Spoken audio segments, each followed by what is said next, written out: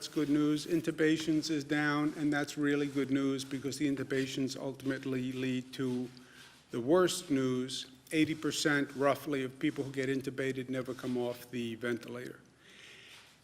The number of new people who are diagnosed with COVID, about 2,000 still yesterday. So when you see the reduction in rates, remember what we're talking about. We're talking about a reduction in increases. You still have 2,000 people every day about who are walking into a hospital for the first time or who are being diagnosed with COVID for the first time. And 2,000 is still a lot of people. But the good news is it means we can control the virus, right? We can control the spread. And we did not know for sure that we could do that. We speculated that we could do it, but we didn't know. So now we know that we can control this disease. The bad news is 2,000 people walked into a hospital yesterday for the first time with the disease, and the worst news is 600 people died yesterday from the disease. That is still continuing at a really tragic rate. Of those deaths, 577 in hospitals, 29 in nursing homes. We've been watching the nursing homes because nursing homes in many ways are ground zero for this situation. Last night, the number in nursing homes was relatively low. Everyone asks the same two questions: when is it over? And how do we get there? How do we start to make our way from here to there? When is it over? As I've said, you know, when is it finally over?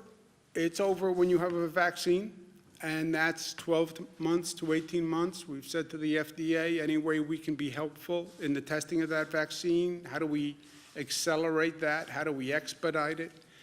New York is ready, willing, and able to do that with the FDA. Maybe there's a medical treatment between now and the vaccine. That would be great. But those are unknowns, and it's out of our bailiwick. We are working with a lot of companies that are working on treatments. We're testing treatments in our hospitals, but that's a pure medical research and development function, which is beyond us. At the same time, how do we unpause New York? New York is now on pause. How do we unpause it? First, do no harm. Don't let that infection rate go up to the best of your ability. Don't lose the progress that you have made.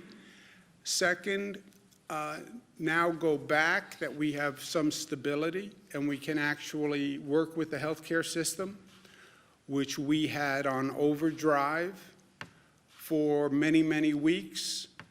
And we had increased the capacity, as you remember. Every hospital had to increase capacity 50%. I mean, just think about that. 50% more beds, staffing those beds during this horrific period. Now we have a chance to be more intelligent, frankly, about handling our healthcare system. Testing and tracing, testing and tracing, testing and tracing, and we need the federal government to work with us on that. And then phasing an economic return to the quote-unquote new normal, right? Those are all activities that are going on at the same time, and that's our plan to quote-unquote unpause New York. You stopped everything. How do you now restart that machine in a coordinated way that doesn't drive up the infection rate? That's the balance that we're trying to strike. On unpausing and having businesses open, that is a nuanced question. There's no light switch. It's not all businesses go back tomorrow. It's what businesses, what do they do, what risks do they pose, and what changes can they make in their business to make them more safe. You know, this is not just government deciding. It's government deciding with private businesses who now have to take a look at this new normal, this new reality, and tell us how they think they can adjust to it. One of our questions in evaluations is, how essential is that business service, right? You have to start somewhere. Right now, we have the economy working with what are quote-unquote essential workers. That's why the grocery store is open. That's why public transit is running. All right, so we want to start to bring the economy back, move up one tranche on how you define essential. What's the next level of essential businesses? Are there certain businesses that are inherently safer or can be safer? And then let's talk about how we reopen them and where we reopen them. And these are all questions that we have to work through on a case-by-case basis. But there is a matrix. And the matrix is how important is the business to society, how essential a service, and how risky is that business from a rate of infection. And obviously, the more essential a business, the lower the risk, the more they are a priority.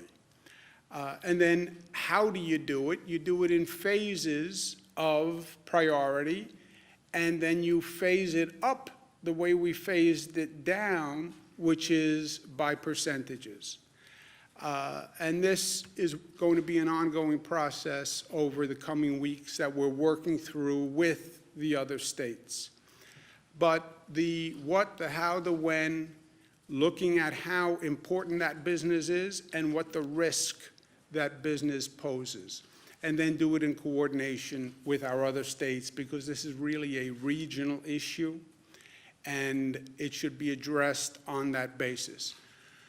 Coordinating with the other states doesn't mean we'll always be in lockstep, but we'll talk through everything first, and hopefully we're not doing something that's contradictory to another state at a minimum. And so far, so good on that exercise. And that analysis is ongoing. But it's not going to be all about what government does. The private sector now has to think about what they do and how they do it and how they can do it differently in this new normal. Reimagine your workplace. And we learned a lot through this situation. People worked from home. Well, how many people can continue to work from home and the business still work? How do you socially distance in the workplace? Can you socially distance in your workplace?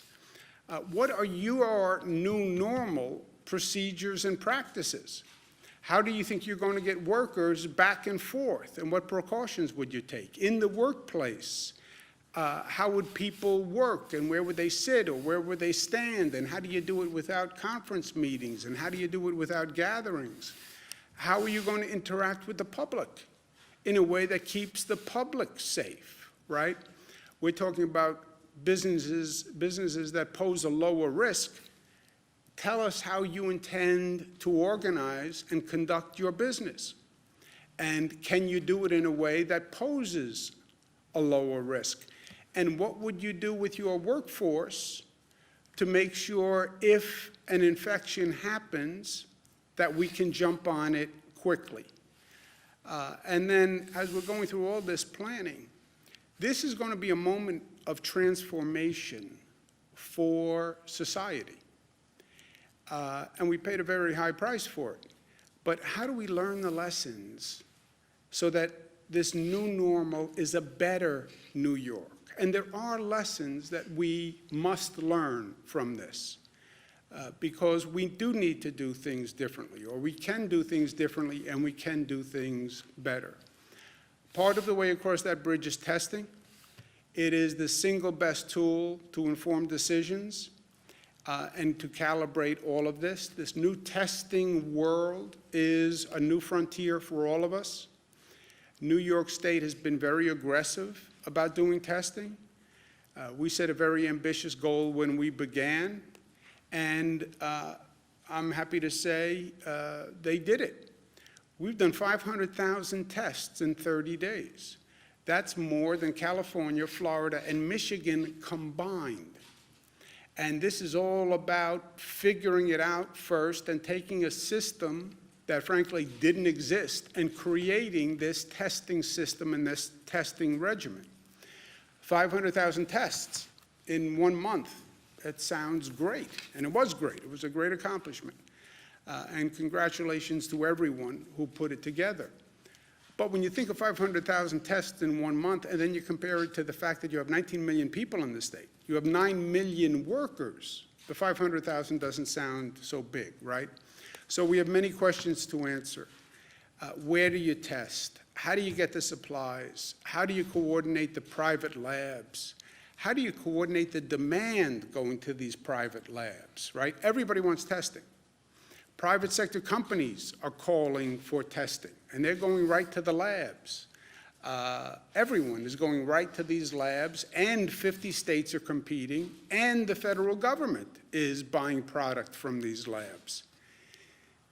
This has to be figured out, and it can only be figured out in partnership with the federal government. On top of that, once you go from testing, you have to trace every person who comes up positive. Trace means investigate. Investigate all those prior contacts.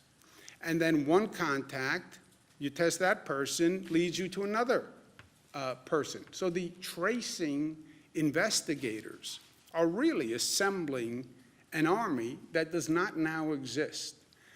I spoke to the White House again this morning about it. I understand that this is a problematic area and the federal government's not eager to get involved in testing. I get that, but the plain reality here is we have to do it in partnership with the federal government. You're talking about supply chains that go back to China. A state does not have the capacity to do that. And there's no reason why you would have 50 states each trying to figure this out on their own, competing with the federal government, competing with the private sector. So I'm very much looking forward to the federal government's willingness to tackle this, understanding that it will be imperfect at best. But if we work together, we can do better than any of us could do alone. And that's what this is all about. You're not going to achieve optimum performance. You can't put together this national system with perfection. So people are understandably reluctant to get involved. But understanding the risk and understanding that it's never going to be done perfectly, if we work together, we can do better. And that's what we have to actually accomplish. We have to strengthen the healthcare system. Our surge in flex, which is the first time we've ever called upon all these hospitals to work together and coordinate. Every hospital was basically its own enterprise. And then we go back and say, well, you all have to work together and coordinate, and we're going to help you coordinate. It was first time that's ever happened.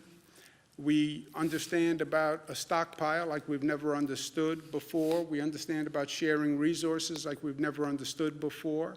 And we understand about sharing among states and how good people were to New York when we needed it, and states stepping up and sending us ventilators. And I said, New Yorkers don't forget, and New Yorkers are the most generous and most gracious, and we'll be there when people need help. New Jersey is still looking at their curve rising. The wave hasn't crested in New Jersey. They're our neighbors. Anything we can do to help. I've told Governor Murphy all he has to do is ask. We're here. And we're going to send 100 ventilators to New Jersey. But the key to all of this, the calibration, is the infection rate. And this gets a little technical, but I need people to really understand this. Why don't you open tomorrow? Because we're afraid the infection rate will go up. And everything we've been doing is to slow the infection rate. Well, how do you track the infection rate? We don't. We don't track infection rates. We see hospitalization rates, which are different. A hospitalization rate is a person who got infected and became seriously ill, so they had to go to the hospital. But we don't know how many people have been infected or are getting infected. We only know at this point how many people walk into a hospital, okay? Or how many people get tested in a nursing home. If you have advanced testing, then you'll have a better idea what % of your population has actually been exposed. That's what the antibody testing is all about. But the key is, as you're making this calibration on the reopening of the economy, as you're bringing more people out of their homes, how fast is that virus spreading, and how quickly is that infection rate rising, right? Dr. Fauci said early on that this virus spreads. It does it very well. And we know that, and we've learned it the hard way. The rate of infection is everything, okay?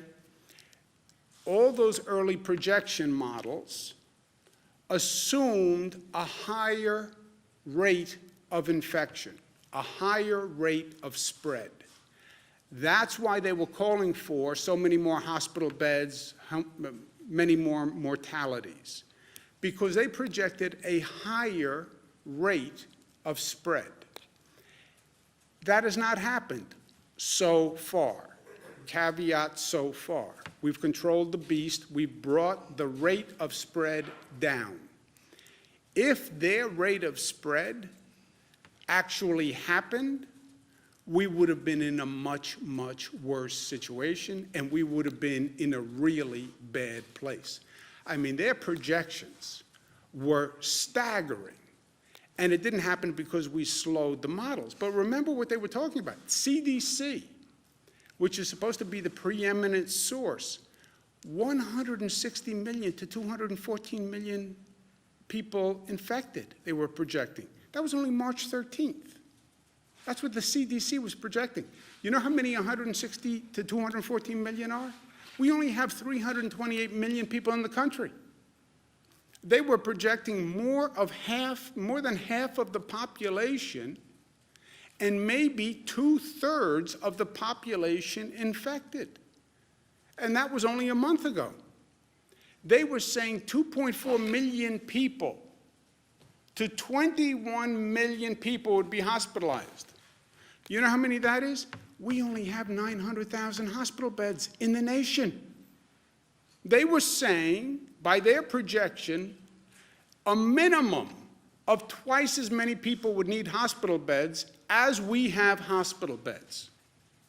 Just imagine that. That was the CDC. The White House Coronavirus Task Force, the same thing. White House Coronavirus Task Force was saying 1.5 to 2.2 million deaths. Deaths. And that was the White House Coronavirus Task Force as of March 31. Okay? Best case scenario, 100 to 240,000 with mitigation efforts. March 31, just over 2 weeks ago. So, and that's why all of these models said the same thing. They were all believing a higher infection rate. Now, and that's McKinsey, and that's Columbia, and that's Cornell, that's all of them. That's the Gates-funded model. They were all projecting a higher infection rate. We slowed the infection rate by our actions, and that's why we're in a better position today. Now, what does the infection rate mean? And I know this gets a little granular, but people have to understand it if they're going to understand why we need to do what we need to do. The infection rate is how many people does one person infect, okay? How fast is the virus spreading from one person to another? And they talk about the R0 factor. The R0 factor is the projected spread of the virus, okay? If one person infects less than one other person, the disease is on the decline. If one person basically infects one more person, the rate of spread is stable. I get infected, I infect one person infects one. When you have a really situation out of control is one person infects 2 people or more, because then the increase is just exponential, and that's fire through dry grass. This is what they were all trying to project, and this is what we have to control as we start to reopen the economy. We say, we turn the valve on the economy, we open a little bit, and we watch the meter, right? What's the meter? The meter is the hospitalization rate, or even better, the virus spread rate. So you start to turn that valve, you start to bring people out of their homes, you start to reopen businesses, you see that number going up, turn the valve back right away. And this is what we're trying to deal with going forward. And again, nobody has been here before, so we're trying to figure it out. If the virus spread increases to the place where one person infects 2 people, that is an outbreak. If one person is only infecting one other person, that is basically a stable increase. Ideally, one person is infecting less than one person, and that is a decline of the spread of the virus, and that's what we're shooting for. Just to belabor this one more point, where you've seen an outbreak epidemic spread, it's when one person is infecting more than one other person. That's when you're out of control. On the Diamond Princess cruise, the infection rate was 1 person infects 2.2 additional people. Wuhan was 1 person was infecting 2 people or 3 people. The 1918 pandemic, 1 person was infecting 1.5 to 2.8. On our severe projection, 1 person was infecting 1.4 to 1.8. On the moderate projection, 1 person was infecting 1.2 to 1.4, okay? What we've done, because of our mitigation efforts, social distancing, stay home, lock the door, we've brought it to less than 1. Our infection spread rate is 0.9, okay? Wuhan, which really closed down everything, and locked it up, Wuhan brought the infection rate down to 0.3, okay? So that's the range we're talking about. But when you think about that, we're at now 0.9, we only have a margin of error of 0.9 to 1.2. 1.2 takes you back to the high projection rate. We're at 0.9. That does not leave you a lot of wiggle room. So you're going to start to phase the reopening. You're at 0.9 now. After this entire close down, if you go to 1.2, you're going to have a problem again. So you see how narrow the window is. But New York pause has worked. The close down has worked. That's how we controlled the beast. That's how we got it down to 0.9. However, we're not there yet. We're just at 0.9. Again, Wuhan got down to 0.3. So we have to continue doing what we're doing. I'd like to see that infection rate get down even more. The New York pause policies, the close down policies, will be extended in coordination with other states to May 15th. I don't want to project beyond that period. That's about 1 month. 1 month is a long time. People need certainty and clarity so they can plan. I need a coordinated action plan with the other states. So 1 month, we'll continue the close down policies. What happens after then, I don't know. We will see depending on what the data shows. What does that mean? Tell me what our infection rate spread is. Is it 0.9? Is it 1? Is it 0.7? Tell me what the hospitalization rate is. And then the experts will tell us the best course of conduct based on that data. No political decisions, no emotional decisions, data and science. We're talking about human lives here.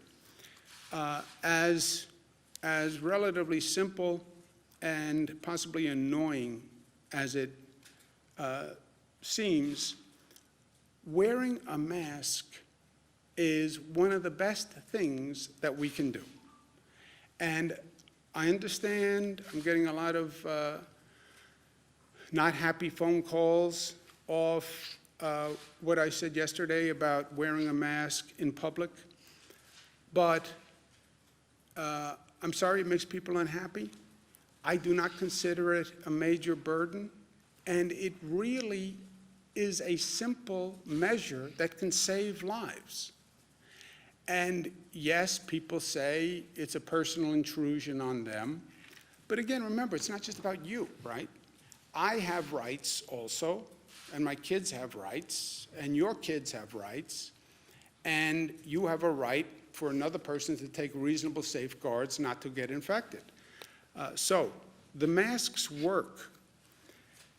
We said in public today, I'm going to include public transportation systems, private transportation carriers for hire vehicles, any operator of a public system, an operator of a private carrier, and for hire vehicles must wear a mask at all times. What does this mean? If you get on a bus, you need to wear a mask. If you get in a train, you need to wear a mask.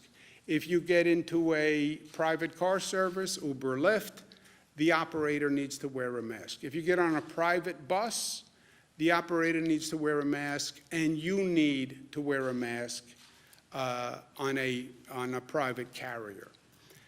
So is this inconvenient? Yes, but you're in a closed environment by definition. You're not socially distancing by definition. You're the front seat of a car to a back seat of a car. You're one seat in a bus to another seat in a bus.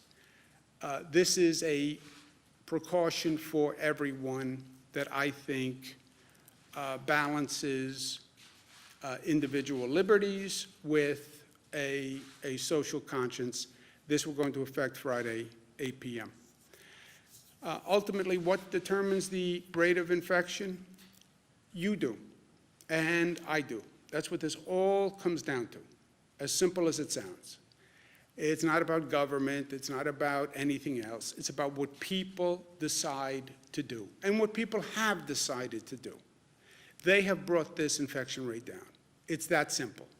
Nurses, doctors did a phenomenal job. First responders did a phenomenal job. Essential workers did a phenomenal job. But that rate came down because people changed their behavior. That's what happened. It is about the behavior of our people. It's that simple. It's our behavior. It's our level of discipline. It's how we educate our children. It's how considerate we are of others. What we're willing to do to safeguard others' health in our community. That's what makes all the difference on what we're doing. And it is the simple things. It's wearing a mask, it's washing your hands, it's the hand sanitizer, it's the social distance, it's making sure your children understand what to do, what not to do. It's all of these simple procedures that seem almost insignificant, but on a collective basis make all the difference in the world. And it is making smart choices. I want to get out of the house, I'm going crazy, I need to do this, I need to do this. I know, but be smart. Be smart. And engage what you're doing relative to everyone else and relative to the overall goal. But I will tell you, and I don't know that people truly appreciated this. I don't know that I did. Of all the unique aspects that we have learned going through this, the most positive and the most surprising to me has been how people have responded. The policies that I have communicated are not worth the paper they are printed on. I could stand up here as governor and say, we must do this, we must do this, we must do this. These are some of the most life-changing policies government has ever issued. Think about it. This is not government saying, here's your tax rate, here's age of voting. This is government saying, stay in your house, don't touch another person, wear a mask. Government, I don't even have the ability to enforce these measures on any scale if people said, I'm not willing to do it. These policies, which are difficult, which are life-changing, they are being implemented by people because people are choosing to do the right thing. It is that simple. And what this is all about today, the masks on transportation. I trust in New Yorkers. You know, I believe if the facts are presented to the people in this state, New Yorkers will do the right thing. What is the right thing? There's always a right thing. It is the appropriate path that is socially and morally correct. And New Yorkers have a very strong right thing quotient. They know what the right thing is when they hear it. And all I'm trying to do is give them the facts and the information to explain why I'm suggesting these actions. They decide whether or not to follow them. I can't put a mask on 17 million people. 17 million people will decide whether or not they'll do it. But they have done it because they have the facts, they have the information, they understand the risks, they understand the rewards, they understand the consequences, and what they have done has worked. And it's brought this state forward, and it'll bring this nation forward. And that's New Yorkers at their best. And that's because we are New York tough, and because New York tough is more complex than the word suggests. It's smart, it's united, it's disciplined, and it's loving. And New Yorkers have proven that time and time again, every day for 46 days. Questions? Governor, on the issue. 10 nursing home residents have died of COVID-19. Can we do this today? Let's try something new. Let's not all talk over everyone. I'll make sure we answer, I'll get to you to answer the question. And let's just start. You know what? Go to Jesse, or let's go to you first. Okay. In Hornell, New York, at least 10 nursing home residents have died of COVID-19. Philmont, there have been at least 23 cases and 6 deaths at one nursing home. The state helped Mast has 15 residents at a New Windsor assisted living facility. How many and which nursing homes have reported clusters, outbreaks, or requested mass testing from the state, and where are they? And is the state advising nursing homes facing outbreaks to open COVID-only units or transfer patients elsewhere? Would you seen at least in a couple I cases? will get you, I don't know, we have hundreds and hundreds of nursing homes in this state, so I don't know what has happened in every nursing home in the state. I don't have firsthand knowledge of what happened with the nursing homes in Hornell, New York, but we will get you today a list of information by nursing home to the best we have, and as we get that updated, we'll get it to you. Jesse? On the economic toll of this, Mayor de Blasio is talking about a $7.4 billion hit in terms of tax revenue. Have you discussed help for the city of New York vis-a-vis that, as well as, you know, the 1.2 million people who are now applying for unemployment in the state? Yeah, Jesse, it's simple. Yes, we've had multiple conversations. It's not just New York City, it's Nassau County, Suffolk County, Westchester County. It's every county in the state. It's every local government in the state. And the short answer is we cannot do it. You know, I have a $10 to $15 billion hole. So I'm not in any position to help any of them. That's why I've said this is where the federal government has to step in. And it defies understanding that the federal government is going to say, we've passed major pieces of legislation, pat us on the back, to protect the economy and move the economy forward, but you don't fund state and local governments? And when you don't fund the state and local government, it means the state and local government has to turn around and cut everybody that relies on them. It's not smart, it's not right, it's counterproductive. I understand you don't get the same political credit when you fund New York State or New York City or Nassau County or Suffolk County, because it doesn't represent any voters, any people. It's just a governmental entity. I get that. And I get that politically, they like to pass legislation where they can call up someone when they get home and say, hey, Jesse, I got a check for you. I understand that. But at one point, you have to put the politics aside and say, we have to do something that's actually makes a difference. And how can you even pretend that you're addressing this crisis when you're starving state and local governments? And that's not a Democrat to Republicans. National Governors Association, headed by a chairman who's Republican, Governor Hogan, great guy, great governor. Myself as vice chairman, we sent a letter saying that to the administration. And by the way, I say it to my Democratic congressional members. I said to Senator Schumer, I said to Senator Gillibrand, you pass a piece of legislation that starves state and local governments, you're not helping the country. You're just not. Well, we have to get to yes. It doesn't matter to get to yes if the bill doesn't do what the purpose is. Bernadette? Just to follow on Marina's question real quickly, why has it taken so long to get specific information about specific nursing homes? That would seem to be in the public interest for people to know where people are dying. We're putting it together. You know, you have to appreciate the practical reality here. That's why I say watch this whole reporting system. You have hospitals that are dealing with hell every day. And you're basically saying, make sure your report isn't late, which is what the Department of Health says. Nursing homes that are dealing with hellacious situations, or make sure your report is on time. Yeah, and look, I've been on the phone with these types of facilities, and they say, I understand, make sure my report is on time.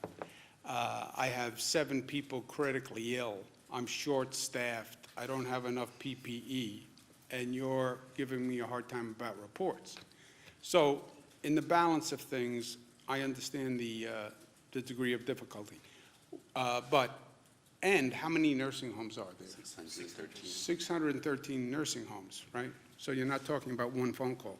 But we are getting the data. It is coming in. When will we have it? Do we know? Today. You mentioned that there's, obviously the flattening of the hospitalizations, but we had yesterday the highest, or the day before, the highest number of positive cases since testing started. Are you concerned about seeing that number tick up, and why might that be while the hospitalization? The testing is not indicative of anything, in my opinion. It is not a random sample. It is a function of how many tests you are doing. What's been happening is our testing capacity is going up. As our testing capacity goes up, the more tests you do, the more positives you find. Remember, the testing is not random. It's people who believe they are positive because of the circumstances. They were exposed to a positive person, et cetera. So you're getting people who you think are positive to test, and then the more tests you take, the more positives you're going to find. The hospitalization rate of any of these rates, the most indicative is the hospitalization rate.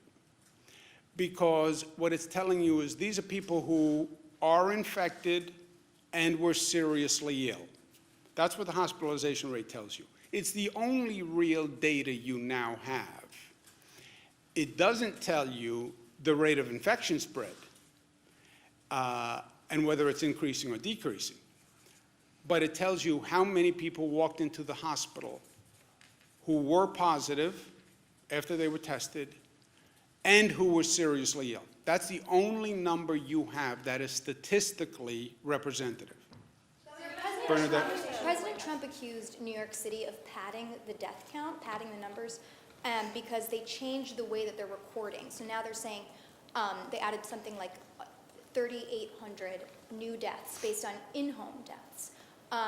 What do you say to that? Do you think that the president is correct in saying that? And also, when is the state going to start having that separate category? Yeah, Melissa knows this better than I do.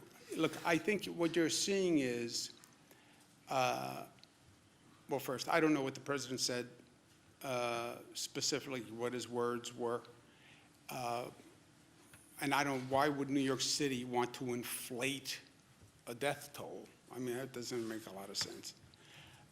It's bad enough as it is, it's painful enough as it is. Why would you want to inflate a death toll? Look, I don't know, but it sounds even more bizarre than usual that anyone would want to do that. I think what's happening is they're changing. CDC put out different guidelines about what numbers you must report. We've always said all we really know are deaths in a hospital or deaths in a nursing home. Could people be dying at home because of the coronavirus and we're not counting them? Yes. Was this a rough estimate? Yes. So now we're trying to refine the estimate, other categories, other possibilities.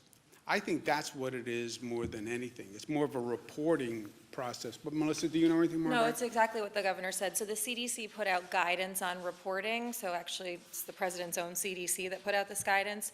And the city was very clear. They actually did not tack on that number to the total death count. They created a new category that's called probable deaths. This gets murky, right, because a lot of people are dying of various things, and if it's shortness of breath or you had a fever, there's a lot of assumptions that could be going on behind the positive. Everybody knows in this room, Assemblyman Brodsky, the assumption was that he had died from COVID. A few days later, they discovered it actually wasn't COVID. So the number is not precise, and the city actually did not put that number into the death count number. It's a separate category. I actually believe the press misreported this in some instances and conflated the two. And so that's what it was. But they did not pad the numbers, and this was a CDC-directed category that the city started reporting that the state is actually also working to report. Excuse me a second. Did you want to add something, Doctor? It's exactly what you mentioned. It's the presumed, as Melissa said, they're presumed deaths, that somebody died from something which may have been a different respiratory illness, and they said, well, maybe it's coronavirus. Right, because the Post reported last week that EMS and law enforcement were going to homes and getting that raw data and saying, hey, this could potentially be a much larger number. So is that the kind of misreporting you're talking about? So, but I'm saying when I say conflating, I'm saying there's probable deaths, and then there's the people who we know to have confirmed died of COVID. They tested positive, or after they died, there was an autopsy done, they tested them, and they confirmed after they died that they had COVID. So probable is a category that it's somebody who died, and based on the symptoms or based on how they died, they believe that it could probably have been COVID. So that's that category. The underreporting of the deaths in the home is another added complication into all of this. But to answer your first question, the city did not pad the numbers. They created a separate category to address the probable deaths, which was a directive of the CDC. Yeah, I think what happened, I think that refreshes my recollection. I don't think the city put the numbers together. I think the Times wrote a story that put the numbers together and then said they had a much higher number. I get it's a great headline, but it's not totally accurate. Karen? We're seeing reports out of hospitals that some of the COVID patients, or a significant number, are having kidney failure, and that now that there's a shortage of the dialysis machines. I guess maybe that's more of a question for Dr. Zucker of how, is that something that you're Shortage worried of about when dialysis dealing with- machines? We have heard that we are looking into this about those who need renal dialysis and to make sure the machines are available for individuals. And regarding having kidney failure as a result of having coronavirus, often when people get that ill and end up in the intensive care unit with multi-organ system failure, multiple problems, the kidneys are one of the organs which take the hardest hit initially. Is there a shortage right now? We have heard about an individual report, but there aren't shortages that are across the board. Now, every once in a while we've heard that they need a dialysis machine, and we worked on that to get them there. If they have a shortage, Karen, they call us. We have these daily inventory equipment sharing. That's a surge flex. So if any hospital has a shortage of anything on a daily basis, they let us know. And then we find that, and we've been able to find that equipment for them or that PPE, so nobody's had an actual shortfall. But if somebody had a problem that they couldn't do dialysis because they didn't have machines, they would have more than likely let the state know. Go ahead. I have a few follow-up questions on masks. Does the mandate apply to kids? 2 years and older. 2 years and older? Depends how you define kid. Which is what the CDC recommends. Okay. Yesterday, when referring to the mask mandate, you said it's not that inconvenient. You said, what's the big deal? For many people, we've learned it is a big deal to wear a mask. They feel that this is a symbol of government control. A lot of people feel that this is a symbol people are falling prey to fear. And we've seen doctors on the news for weeks now saying that regular masks, regular medical masks and the cloth masks do little to protect you from coronavirus. Do you feel like you're underplaying the impacts of your mandate? No, I said, I don't know how you can be underplaying. I said that I know there's a lot of opposition to this. I've had many people say they don't like it. So, no, I'm fully aware of the opposition to wearing a mask. It's a face covering, right? Just so we're all saying the same thing. It's a mask or a cloth covering of the nose and mouth. It doesn't have to be a mask. It could also be a cloth covering. But no, I understand that people do not like it. And people understand, some people do not like it. And some people think it is an imposition. And it is a government overreach. I understand that. By the way, some people think the close down order was a government overreach. Some people think that this is all a fabrication and a political conspiracy.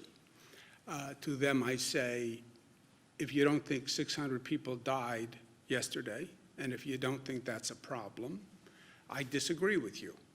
If you doubt that 600 people died, I'll bring you to see the 600 people.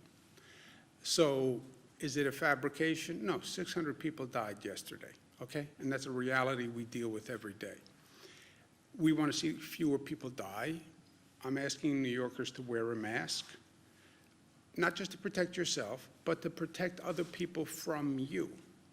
If you have the virus, you can infect other people.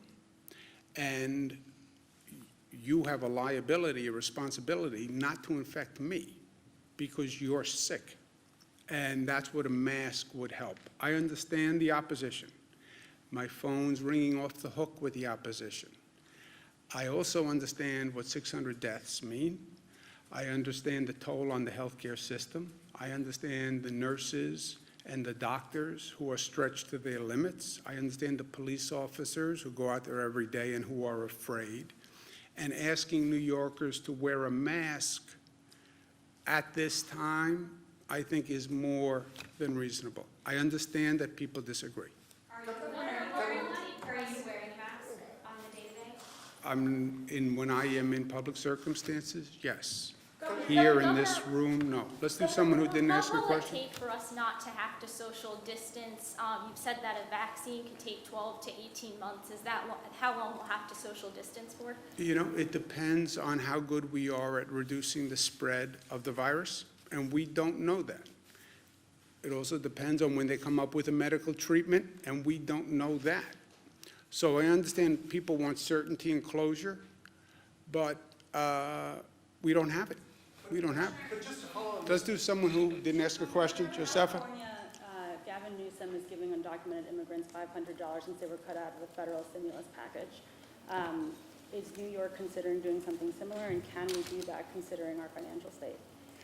Well, look, we financially, if we don't get the federal government to actually pass a piece of responsible legislation, and I've said to the extent they care for my 2 cents, our senators, don't pass a piece of legislation if it's not responsible. Well, then they'll say we didn't pass legislation. Yeah, say I wouldn't I wouldn't pass an irresponsible piece of legislation. Better than passing an irresponsible piece of legislation, right? If those are the options, life is options. So yeah, we are at a point financially where we have a $10 to $15 billion deficit. Yesterday I was asked about, well, why not just let the raises go through for state workers? When you are broke, it would be irresponsible to do these things. I do hope and believe the federal government should have a more inclusive policy. All right, let's do one. Undocumented immigrants, that there's no shot. Well, we're looking at it, but we have real financial problems right now. Hey, Governor, at a time when you're talking about the importance of regional coordination, it seems Governor Murphy is allowing state parks to stay open, yet here in New York State, they are closed. Is that problematic? You know, as I said, there's not going to be 100% conformity of the plans.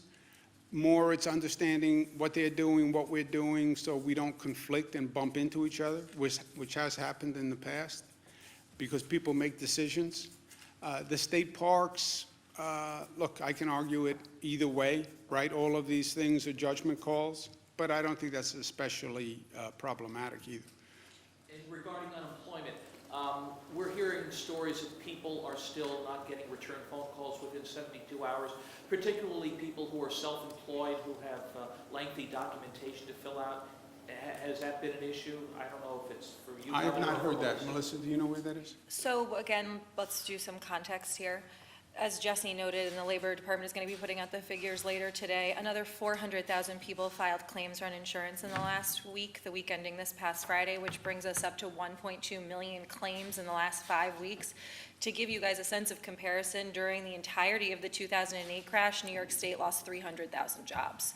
So in terms of the volume that the Department of Labor is dealing with, just for everyone's understanding. At this point, they have completed 925,000 claims. There's 275,000 claims that are outstanding. Some of those people are from the last week. Some of those people, unfortunately, date back to the middle of March. Most of the people who date back to the middle of March are people who require additional forms for, as you said, people who are self-employed, people who are contractors, and so that process has been taking longer.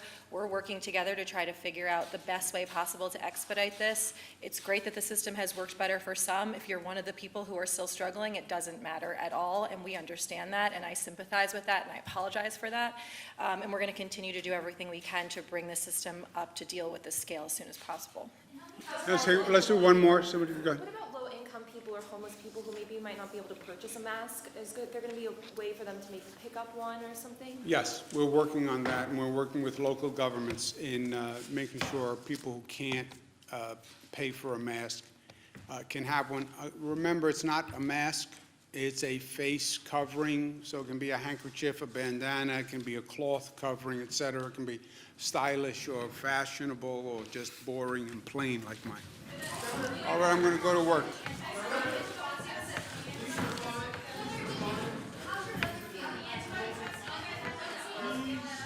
He's feeling better. Thank you for asking. His wife now tested positive, so he feels obviously. We're not sure how Christina, is my brother's wife, how she got the virus, but assuming he gave it to her because she was helping take care of him, he feels bad about that on a personal level, and on a practical level, he's sick in the basement. Christina